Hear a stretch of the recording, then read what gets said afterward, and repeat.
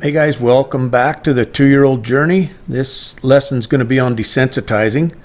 I'm going to use tease a 9-year-old gelding for the first part of it. I'm going to be desensitizing with the rope. You've already got the video of how to check for buck when I put the rope around their belly in your library. This is a continuation of that. I'm going to work on teaching him to handle the pressure of me swinging the rope and throwing it at him. And I continue with this lesson until he'll allow me to rope him and he stays with me. So you don't have to be good with a rope here, but you do have to read patterns. You have to be good with patterns. So you can see when he starts getting worse, see how he lets me throw it on him there? And you'll see when he gets worse, I start sending him, right? So when I start sending him, when you're reading patterns, see he got worse. So then I just send him around there and rope him once, and then when he comes in, you'll see this time when I take the rope off, he gets worse. So when I go to swing the rope at him, he takes off right away.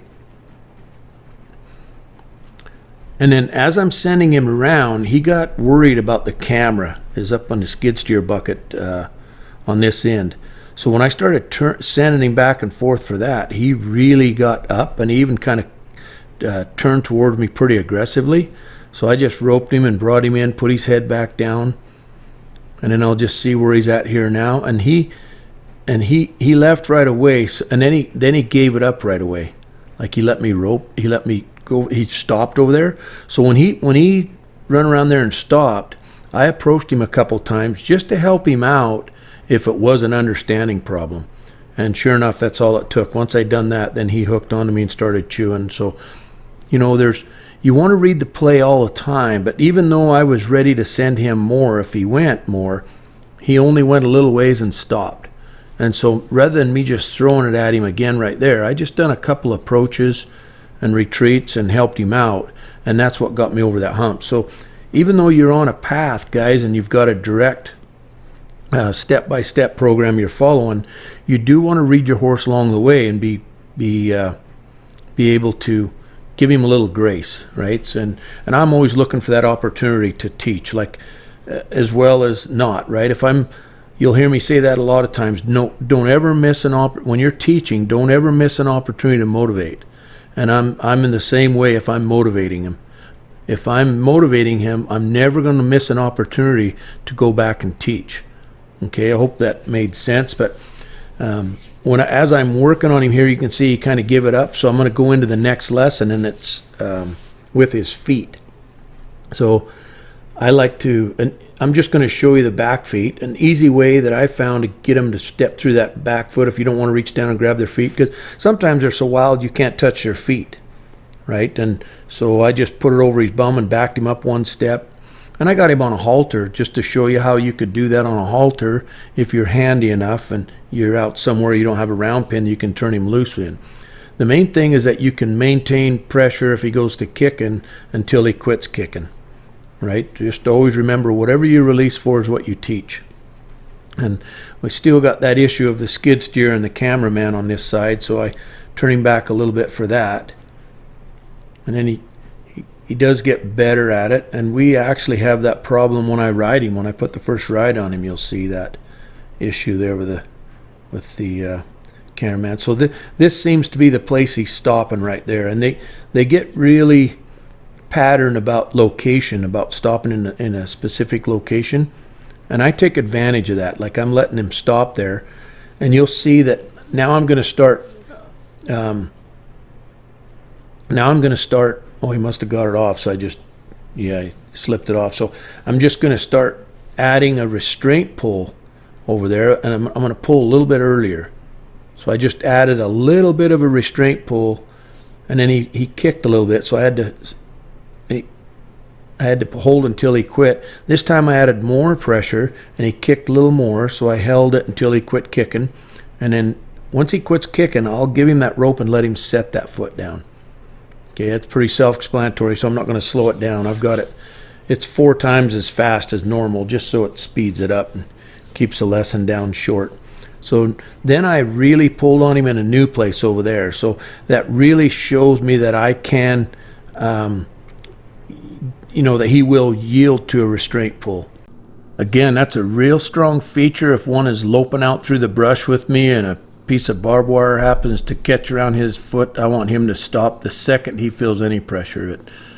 I've also found that I've been able to get through a lot of bad buckers and bolters if they would let me. Once I taught them, I could stop them from their feet. It just, more control is better all the way around for safety, guys.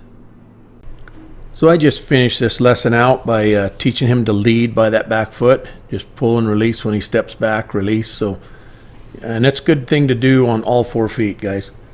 So our next lesson is going to be desensitized from the pad with Kate, our 2-year-old filly here. This is day 1 with the pad with her.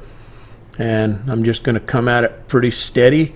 And I want to, whatever I feel in my left hand on that halter, that dictates the amount of pressure I put in that pad with my right hand. So I just want to make sure I don't back off at all, but I can feel she's kind of on the bubble of pulling on my hands. So I just keep it at bay, keep the pressure on steady.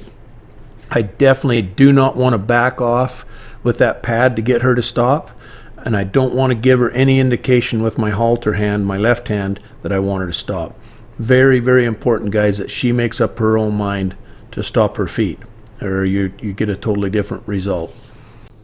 And once she stopped for 4 seconds, I just give her that break. I'm going to go at her again, but while I'm waiting here, and you'll see this pattern finish out before I switch sides, I want to talk about letting them smell the pad. I find it's a common problem with horses and either beginner riders or beginner trainers that always let their horse smell things to let them get over the fear.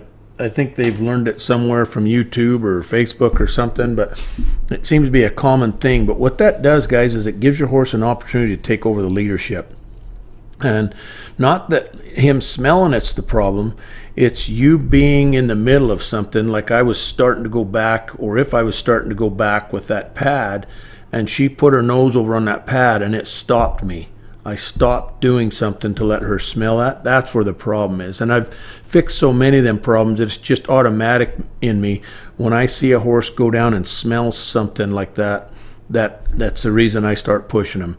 And it don't take long to get it over, and you'll see a big change in them. It's the results is what we're after here. And like I said, I find if it wasn't a big issue, I wouldn't talk about it. But I find if horses can take the lead in any area, then they keep challenging other areas, right? And it's just a little bit of a contest that just keeps going on. And if you're into really safe horses or really willing horses, it takes you down a step that don't really need to be done. So I just continue on these patterns right here, just giving her the breaks, like taking her till she don't move her foot, and then come right in there again, and then she just gets narrowed right down that she didn't move as much as she did the first time. And then I just back up and go try it again until she don't move a foot. And that's when I start switching sides, is when she don't move a foot. And then this is the first time that I doubled it, so I was able to get some movement out of her when I doubled the pad, and I started hitting her a little bit harder with it so she could feel that double slap when you have the pad folded. So I worked that through on both sides. I just want to keep creating more and more pressure there, just so that the saddle is not a big deal once I start throwing that saddle on. You don't want to throw that saddle on as many times as I've thrown that pad on. So anyway, guys, I hope that helps, and just stay true to your patterns. Remember to add as much pressure as you can that cause them to move their feet, but not so much you can't handle in your halter shank. So keep up the good work, and I will see you on the next one.